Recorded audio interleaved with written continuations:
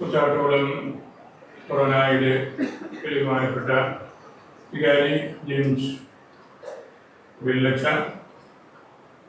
പരാരോഗിയുടെ professor ജലൂസ് monsignor Joseph തടത്തിൽ, മറ്റ് 3 പ്രിയപ്പെട്ട ജനാളച്ചന്മാരെ, ശംസുല്ലച്ച, പ്രിയപ്പെട്ട വത്സിച്ച, മറ്റ് വൈദികരെ, സമർപ്പിതരെ, മാതാപിതാക്കളെ, വാത്സല്യമുള്ള കുഞ്ഞുമക്കളെ, നമ്മളുടെ ഈ ദേശത്തിൻ്റെയും ഇവിടുത്തെ ക്രൈസ്തവ വിശ്വാസത്തിൻ്റെയും ഒരു മായാത്ത മുദ്ര പോലെയാണ് ഇന്ന് ഈ ഇടവക ദേവാലയത്തെ കൊറോണ ആക്കി നമ്മൾ കർത്താവിന് സമർപ്പിച്ചത്. ഇവിടെ അച്ഛൻ പ്രണാമിയാരിച്ചൻ നമ്മുടെ ഈ ദേശത്തിൻ്റെ പ്രാധാന്യവും ഈ പള്ളി ഇന്നത്തെ നിലയിലായതിൻ്റെ ചരിത്ര വഴികളുമൊക്കെ നമ്മെ എല്ലാവരെയും ഓർമ്മിപ്പിച്ചു. ഏകദേശമൊക്കെ ആ ചരിത്രം നമുക്കും അറിവുള്ളതാണ്. ഭാവിയിൽ നമ്മൾ നോക്കുമ്പോൾ സഭയുടെ ചരിത്രം എല്ലാ നാടുകളിലും മെട്രോപൊളിറ്റൻ പട്ടണങ്ങളോട് ബന്ധപ്പെട്ട് വലിയ ദേവാലയങ്ങളും രൂപതകളും സ്ഥാപിക്കപ്പെടുന്ന കീഴ്വഴക്കമാണ് നമ്മൾ കാണുന്നത്. ആദ്യ നൂറ്റാണ്ടുകളിലെ സാർവത്രിക സുനദോസുകൾ കൂടിയ സ്ഥലങ്ങളും ആ രൂപതകളുമൊക്കെ അത് പവിത്രമായിട്ട് സംരക്ഷിക്കപ്പെടുന്നെങ്കിലും പട്ടണങ്ങൾ വലുതായപ്പോൾ അവിടേക്ക് സഭയും സഭാധ്യക്ഷന്മാരും വൈദികരുടെ ഇതുപോലുള്ള വലിയ ക്രമീകരണത്തിൽ തലപ്പത്ത് നിൽക്കുന്നവരൊക്കെ ഇടം പിടിച്ചു. ഈ ദേശത്തിൻ്റെ പ്രത്യേകതയും അത്തരത്തിലാണ് നമ്മൾ എല്ലാവരും കാണുന്നത്.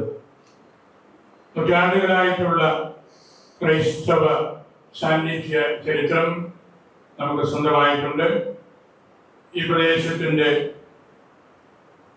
കത്തോലിക്കലും ക്രൈസ്തവരുമായിട്ടുള്ള നിരവധി ആളുകളുടെ സാന്നിധ്യമാണ് ഇതിൻ്റെ ഏറ്റവും വലിയ പ്രത്യേകത. വടകര പള്ളിയോടുള്ള ബന്ധം നമുക്കെല്ലാവർക്കും അറിവുള്ളതാണ്. 1653 ബഹുമാനപ്പെട്ട ജെയിംസിലൂടെ പറഞ്ഞതുപോലെ പുനംകുരിശ സത്യത്തിന് ശേഷം നമ്മളുടെ സമൂഹം 2 വിഭാഗങ്ങളായിട്ട്, പഴയ കൂറുകാര് അല്ലെങ്കിൽ കുട്ടികാര്, പുത്തൻ കൂറുകാര് എന്ന് 2ആയിട്ട് തിരിയേണ്ട സാഹചര്യം വന്നു. 2 പള്ളികളുടെ ആവശ്യം വന്നു. അപ്പോൾ സ്വാഭാവികമായിട്ടും യാക്കോബായ പള്ളിയും കത്തോലിക്ക സുറിയാനി പള്ളിയും എന്ന് അറിയപ്പെട്ടു. പിന്നീട് 1930-കളിൽ മലങ്കര കത്തോലിക്ക സഭയോട് ബന്ധപ്പെട്ട വിശ്വാസികളും അവരുടെ ആരാധനക്രമങ്ങളും ഇവിടെ ആവശ്യമായിട്ട് വന്നു. അപ്പോൾ അത് ഇവിടെ പറഞ്ഞതുപോലെ ബെഥനി ആശ്രമവുമായിട്ട് ബന്ധപ്പെട്ടു. മാറിവാനിയോസിന്റെ ശ്ലോകനായ വലിയ പിതാവിന്റെ സാന്നിധ്യവും നേതൃത്വവും എല്ലാം അതിന് ഉണ്ടായിരുന്നു. ആ കൂട്ടത്തിൽ ഇവിടെയുള്ള സുറമലബാറിലെ സഭാംഗങ്ങളും കുടുംബങ്ങളും വളരെയധികം വളർന്ന് വലുതായി. അങ്ങനെയാണ് ഇപ്പോൾ നമ്മൾ ഈ സാഹചര്യത്തിൽ എത്തിയിരിക്കുന്നത്. അങ്ങനെ ഇത് വളർന്ന് വലുതായ ഇതിന്റെ പിന്നിൽ വടകരപ്പള്ളിയുടെയും ശ്രീമായി ആശ്രമത്തിന്റെയും കലാകാലങ്ങളിലുള്ള വിദ്യാഭ്യാസന്മാരെയും എല്ലാം അത് ഞാൻ പറയാതെ അറിയാമല്ലോ ആ സാന്നിധ്യം ഉണ്ടായിട്ടുണ്ട്. അങ്ങനെ നമ്മൾ വളർന്ന് വലുതാകുന്ന അവസരത്തിൽ 1990 കഴിഞ്ഞപ്പോൾ ഇവിടം നമുക്ക് സുറമലബാറുകാരുടെ എണ്ണം കൂടി. അന്ന് 94 തിരുവല്ല മെത്രാൻ ഗീവർഗീസ് മാർ തിമോത്തിയോസ് നമ്മളോടെല്ലാം വലിയ താല്പര്യമുള്ള മെത്രാനച്ചനായിരുന്നു.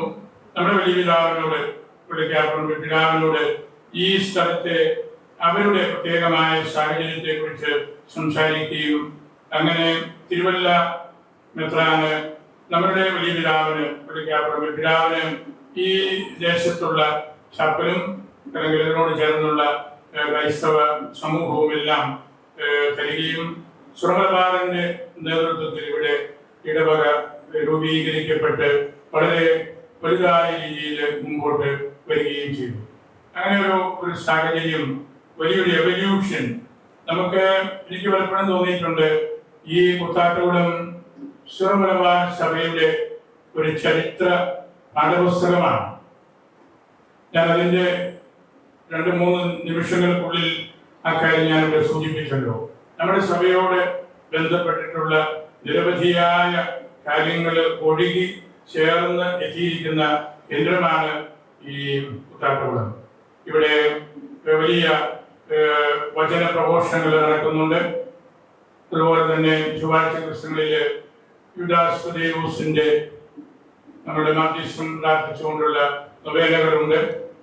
ശ്രീമായി അച്ഛന്മാരുടെ സാന്നിധ്യവും സ്കൂളുകളും, SABA സിസ്റ്റേഴ്സിന്റെ മഠങ്ങള്, ആശുപത്രി, SMS-കാരുടെ ഋണാഭവന്, ഇങ്ങനെ എല്ലാ കാര്യങ്ങളും നമ്മുടെ ഈ പട്ടണത്തിലുണ്ട്, ഈ ഇടവകയ്ക്കുണ്ട്. നമ്മുടെ പ്രിയപ്പെട്ട യാക്കോബായ ഓർത്തഡോക്സ് സഹോദരങ്ങളും അതുപോലെ ഇതര ക്രൈസ്തവ സഭകളിലെ ആളുകളുമൊക്കെ ഒന്നിച്ച് നടക്കുന്ന ഒരു ഇടമാണിത്. വലിയ എക്യുമെനിക്കൽ സാധ്യതകൾ ഉള്ള സ്ഥലമാണ്. അതുകൊണ്ട് ഈ കുത്താട്ടുകുളം ഫൊറോന ഭാവിയിൽ വലിയൊരു എക്യുമെനിക്കൽ കേന്ദ്രമായിട്ട് വളരും. അതിലേക്കുള്ള ഒരു സ്വാഭാവികമായ ലീഡർഷിപ്പാണ് നമ്മുടെ രൂപ കച്ചേരി ഇന്ന് ഇവിടെ ഔദ്യോഗികമായിട്ട് അനുവദിച്ച് നൽകിയത്. നമ്മളുടെ ഈ കൊറോണയുടെ വളർച്ച പലതരത്തിൽ നമ്മൾ മനസ്സിൽ കാണുന്നുണ്ട്. വലിയ പഠന കേന്ദ്രം ആകാനും എക്യുമെനിക്കലായിട്ടുള്ള കൂടിവരവുകളുടെ സെന്റർ ആകാനും അതിനെ ചുറ്റിപ്പറ്റി ഇതര മതസ്ഥരുമായിട്ടുള്ള ഒന്നിക്കലും നമ്മുടെ കർദിനാൾ കൂവക്കാട്ടൊക്കെ പ്രത്യേകമായിട്ട് ആ കാര്യത്തിന് വേണ്ടിയുള്ള പ്രീഫെക്റ്റ് ആണല്ലോ. അപ്പോൾ ഇന്ത്യയുടെ പശ്ചാത്തലത്തിൽ അദ്ദേഹം ആണ്ടുവട്ടത്തിൽ 1-2 തവണയെങ്കിലും നാട്ടിൽ വരും. രാവിലെയും നമുക്കിവിടെ കൊണ്ടുവരികയും ഈ ഇടവകയുടെ ഇതിന്റെ ചരിത്രപരവും എക്യുമെനിക്കലും അതുപോലെ മറ്റ് ഇതര മതസ്ഥരുമായിട്ടുള്ള ബന്ധത്തിന്റെ ആവശ്യകതയും ഒക്കെ കൂടുതൽ നമുക്ക് ബോധ്യപ്പെടുത്തണം. അപ്പോഴാണ് ഇത് മുമ്പോട്ട് പോകാനായിട്ട് സാധിക്കുന്നത്. ഇതിന് നല്ലൊരു അപ്പസ്റ്റോലിക് ഐഡന്റിറ്റി കാത്തു സൂക്ഷിക്കുന്ന ഇടമാണ്. പരിശുദ്ധ ലേയോ മാർപ്പാപ്പായുടെ ആ ഒരു വീക്ഷണത്തിൽ ഇവിടെ നമുക്ക് നല്ല ആത്മീയ ചിന്തകൾ പടക്കുകയും അതിൽ ആളുകളെ വളർത്തുകയും ചെയ്യണം. കാരണം ന്യൂമാൻ പറഞ്ഞൊരു കാര്യമുണ്ട്, I saw writing as thinking, thinking as praying, praying as spirituality. നമ്മുടെ ലേയോ മാർപ്പാപ്പായും ഏതാണ്ട് സമാനമായ ചിന്തകളാണ് ഈ നാടുകളിലൊക്കെ നമുക്ക് നൽകിയിട്ടുള്ളത്. പരിശുദ്ധനായ ലേയോ മാർപ്പാപ്പ വഴി നമുക്ക് കൂടുതൽ ബന്ധങ്ങൾ സ്ഥാപിക്കാൻ രാവിനോടൊക്കെ ഏറ്റവും കൂടുതൽ ഉപയോഗിച്ച വാക്കുകൾ അതാണ്. I want to build bridges.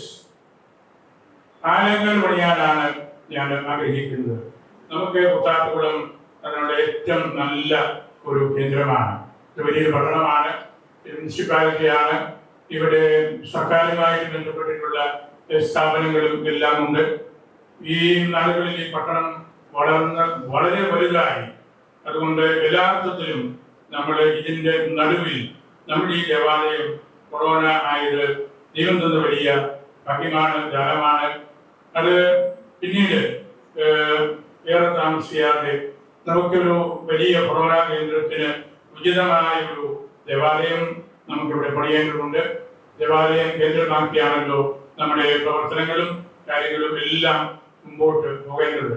നിങ്ങൾ തീർച്ചയായിട്ടും ആ കാര്യത്തിൽ കൂടുതലായിട്ട് ഇടവക ജനങ്ങളും മറ്റെല്ലാ സഹോദരങ്ങളും അതിനുവേണ്ടി പ്രാർത്ഥിക്കുകയും സഹകരിക്കുകയും ചെയ്യുമെന്ന് എനിക്ക് ഉറപ്പുണ്ട്. അങ്ങനെ നമുക്ക് എല്ലാ അർത്ഥത്തിലും കുത്താട്ടുകുളം വളർന്ന് വലുതാകുന്നത് നമ്മുടെ മനുഷ്യന്റെ അടിത്തട്ടിൽ കിടക്കുന്ന ഒരു ചിന്തയാണ് എന്ന് ഞാൻ ഓർമ്മിപ്പിച്ചു എന്ന് മാത്രമേ ഉള്ളൂ.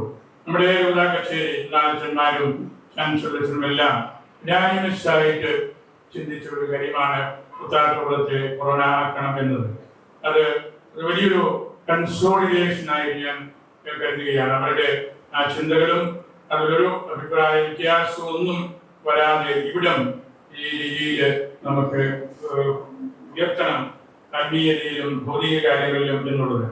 അതിന് നമ്മുടെ ബഹുമാനപ്പെട്ട യേശുവിന് സാധിക്കുമെന്ന് കച്ചേരി ഉറപ്പുണ്ട്.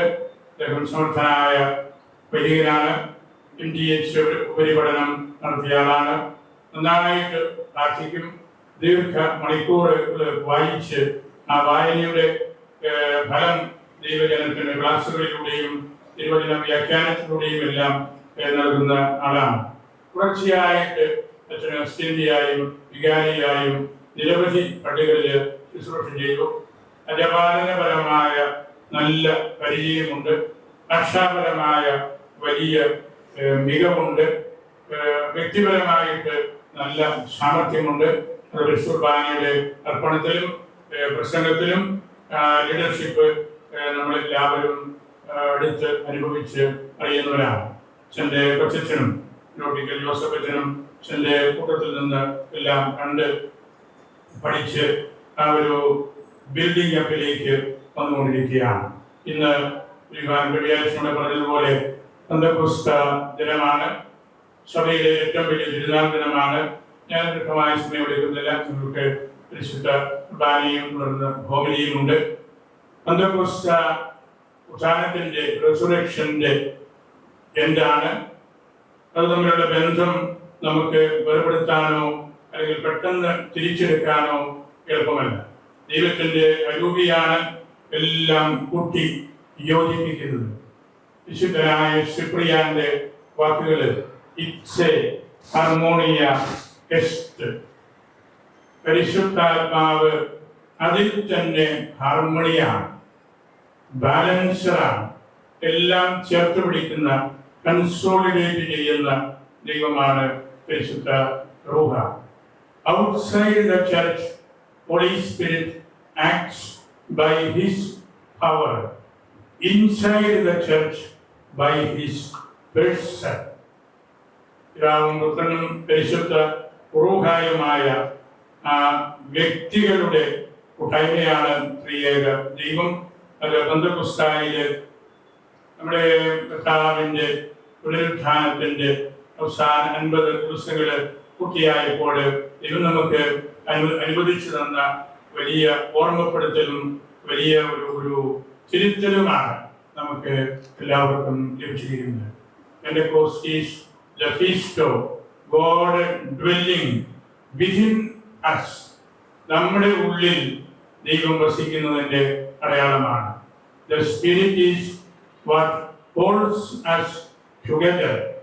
നമ്മളെ ചേർത്ത് പിടിക്കുന്നത് ആത്മാവാണ്. Today's noise, പെന്തക്കോസ്തായിലെ വലിയ ശബ്ദം, കൊടുങ്കാറ്റ്, തീനാവുകള്, അവിടുത്തെ ഒച്ചപ്പാടുകള്, അത് നമ്മളെ ഡിസ്റ്റർബ് ചെയ്യുന്നതല്ല, നമ്മളെ ഉണർത്തുന്നതാണ്. ദൈവത്തിന്റെ അനന്തമായ ആ രഹസ്യത്തിലേക്ക് നമ്മളെ കൊണ്ടെത്തിക്കുന്നതാണ്. ഫ്രാൻസിസ് ഒരിക്കൽ പറഞ്ഞു, ഈ പെന്തക്കോസ്റ്റാണ് പാൻഡമിക് ആകേണ്ടത്, ലോകം മുഴുവനും എത്തേണ്ടത്, എല്ലാ മനുഷ്യരുടെയും ഉള്ളിൽ എത്തേണ്ട ദൈവമാണ് ഈ റുഹാദ. അത് പാൻഡമിക് ആകണം, എൻഡ്സ് ഓഫ് ദി എർത്ത് എന്ന് വിശേഷകന്മാര് പറഞ്ഞിരിക്കുന്നതിന്റെ അർത്ഥവും അതാണെന്ന് പറയുകയുണ്ടായി.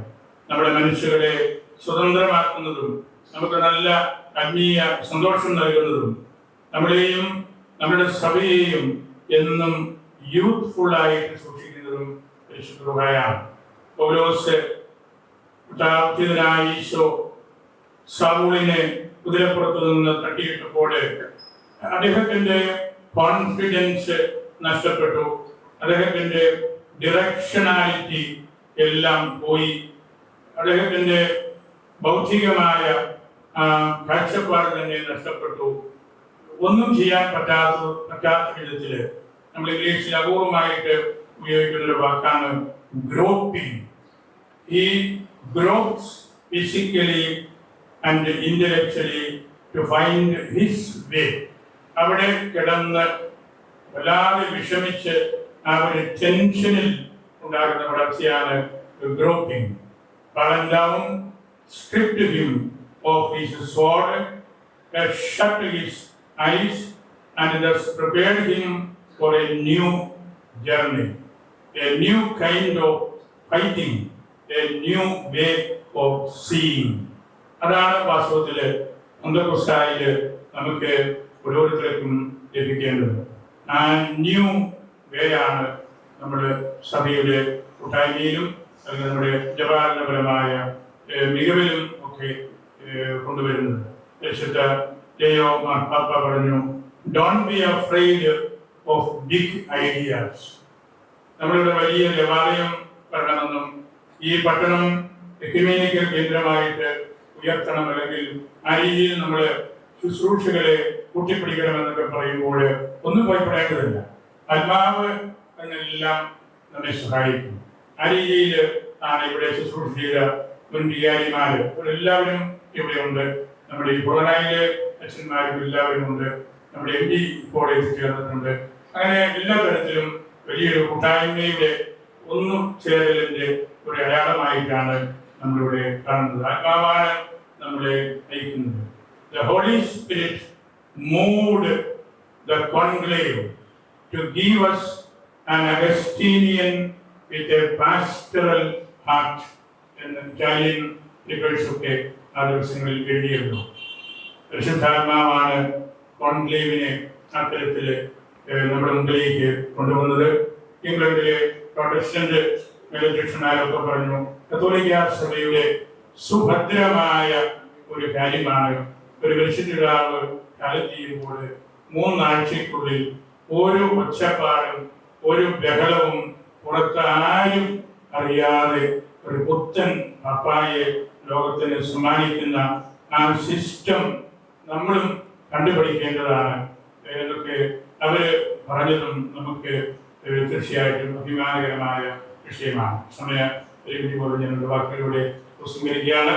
നമ്മളെല്ലാവരും വലിയ സന്തോഷത്തോടും അഭിമാനത്തോടും കൂടിയാണ് ഇന്നിവിടെ ആയിരിക്കുന്നത്. നമ്മുടെ എല്ലാവരുടെയും ആഗ്രഹവും ഉത്താത്തോളം ഓരോ ദിവസവും വളർന്ന് വലുതായി എല്ലാവരെയും ചേർത്ത് പിടിക്കുന്ന ഒരു നേതൃത്വം പ്രിയപ്പെട്ട വികാരി ബഹുമാനപ്പെട്ട ജെയിംസ് നൽകുമെന്ന് ഉറപ്പുണ്ട്. ആ കൂട്ടത്തിൽ കൊച്ചച്ഛനും വികാരന്മാരും ബഹുമാനപ്പെട്ട സിസ്റ്റേഴ്സും ഈ പ്രവണായുള്ള മറ്റു അച്ഛന്മാരും നിങ്ങളുടെ കുടിവരവും ഇവിടെ വളരെ പ്രധാനപ്പെട്ടതാണ്. 20 കൊറോണകളായി നമുക്ക് യുവതയ്ക്ക് കൊറോണ വികാരിമാരെയും വർഷത്തിൽ 2-3 തവണ യുവതാ കേന്ദ്രത്തിൽ വിളിച്ച് യുവതയുടെ പൊതുവായിട്ടുള്ള കാര്യങ്ങളിൽ ആലോചനകൾ നടത്താറുണ്ട്. വളരെ നിർബന്ധമുള്ള ഒരു കാര്യമാണ്. കൊറോണ വികാരിമാരുടെ സമ്മേളനം നമ്മൾ റെഗുലറായിട്ട് നടത്തണമെന്ന് ഇപ്പോൾ 20 പേരായപ്പോൾ അധികം താമസിക്കാണ്ട് നമ്മുടെ ജൂബിലി സമാപിക്കുന്നതിന് മുമ്പ് കൊറോണ വികാരിമാരുടെ ഒരു സമ്മേളനം നമുക്ക് കക്ഷേരിയുമായിട്ട് നമുക്ക് ഒന്നിച്ചിരിക്കാം. അപ്പോൾ നമുക്ക് ഈ പുതിയ കൊറോണ കേന്ദ്രങ്ങളുടെ കാര്യങ്ങളും സംസാര വിഷയമാക്കുകയും ചെയ്യാം. ഈ ദേവാലയത്തിൽ ഇതുപോലെ പടുത്തുയർത്തിയ മുൻ വികാരിയച്ഛന്മാരെ എല്ലാം പ്രത്യേകമായിട്ട് ഓർക്കുന്നു. സെന്റ് ജൂഡിന് നിങ്ങളെല്ലാവരെയും സമർപ്പിക്കുന്നു. പരിശുദ്ധ ഇൽഫോൻസാമയ്ക്ക് സമർപ്പിച്ച് മധ്യസ്ഥം യാചിച്ചുകൊണ്ട് എൻ്റെ വാക്കുകൾ